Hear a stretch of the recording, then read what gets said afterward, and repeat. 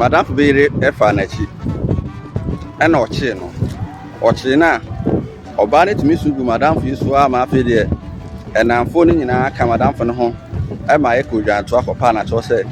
ye ne yadamfo no esuban na ma oba na twa fa ne ho nti enye oba ne mfonso ne mo ye ne yadamfo no nyina mfonso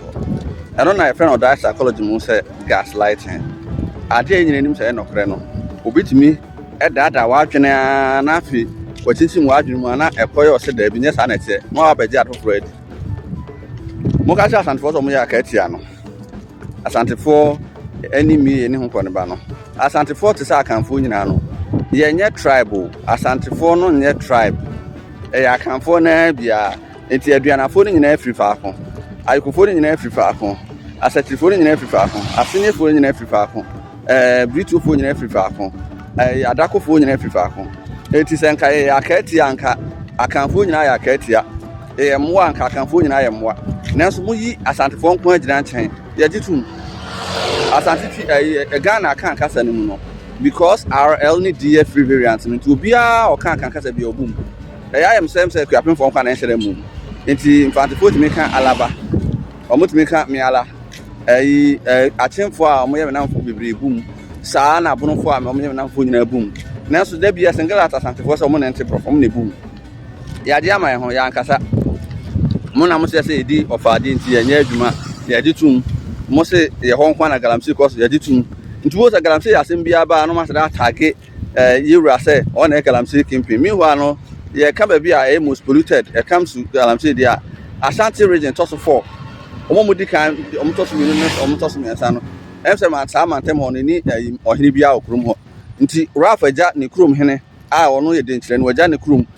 one of the most polluted areas of Ghana when it comes to galamsey waja ho e be ka Asantefoɔ asem eti ajatum ono Mustafa akodidi awani di Asante ni atem odidi Asantefoɔ nyina atem asa de ewura ka ho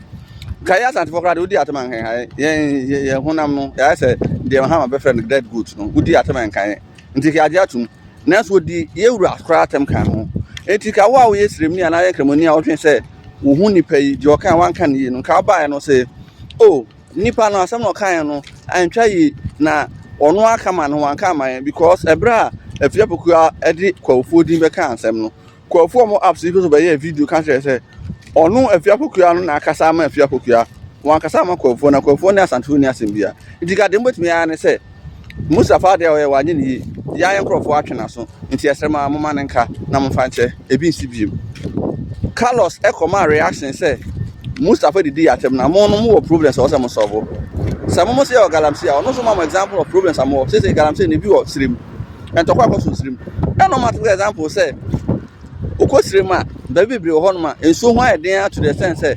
mo ne nipa nyina no nsu efi ba bi ba ho asem no kan na enye ntro tb3 reports ne nipa bibire wo ho a obetumi hu videos na ba bi a nipa ese nsuo nom no nsuo ho yeden enkaka saa November December January ho no na epeba nsuo ho yeden abo say ba bi a nipa ekosa nsuo no mo na atententen kosa nsuo a ho na nantwe no nsuo eti enye atema eya asembo ne mo asa da atwe ase no mu amana ko ese Carlos se mo ye moa na mo kasa Asantefoɔ moa na ya na ye ka ho bibi ana mo de onye se nsuo ne gina mu mo jani mu nya sa gas right na nya adwuma bi mu mre bi atwa mu no na ye maame no ne papa no mo se mo kan sem bi ne yeso yese yi ano a oh de bi men ka bi ni atenten se no me maame nyina me chen app no so mi ni watem but ya mpene maame ye sa gas right no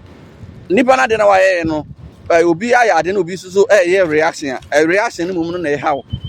na mo so answer mo say actions and reactions are equal and opposite obi a ba bi asem kwa eye ne ya na mo di santenhene atem na mo di ha na mo di na atem ya na mo say ha ye ho santenhene no wonye ya damfo e na ye hia say ye pe na asem so ye santenhene nemu ye po ye wura no ye ya Asantefoɔ ye wura no saa na ye wo ya Asantefoɔ ye wura no etu ka asem santenhene kai say what can ba bi a ye ya e ho na mako na wo yakoka wo de kakra bi a wo bu afu na ka wo de ko kurom hene so ana de ko wo sofo ana wo imam so ka nka betime gina no eya mo hene na nyina nipa o ne Ghana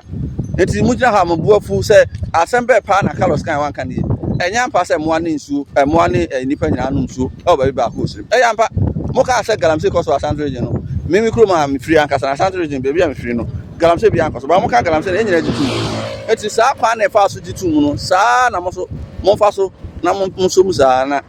sɛ mohwɛ no ate ne din no nya a mom yɛ nyina nya ne nya ne ho nkyɛ ɔman no mu